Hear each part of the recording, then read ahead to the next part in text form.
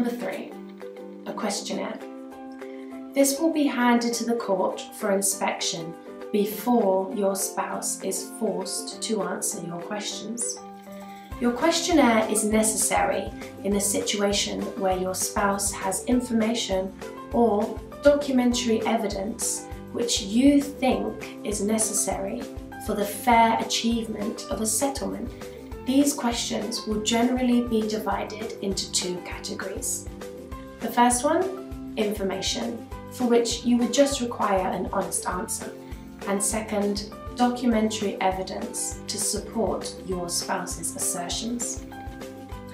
It is important to note that not always will the court be ready to enforce the documentary evidence you request for, and only once amended by the court will your spouse be forced to answer the questions.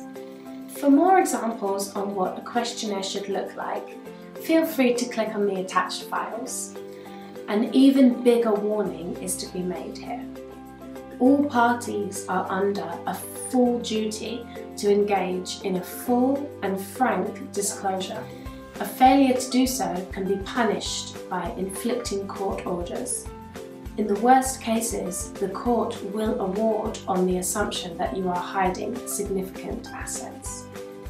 This is closer to common sense rather than law and happens much more often than you might think.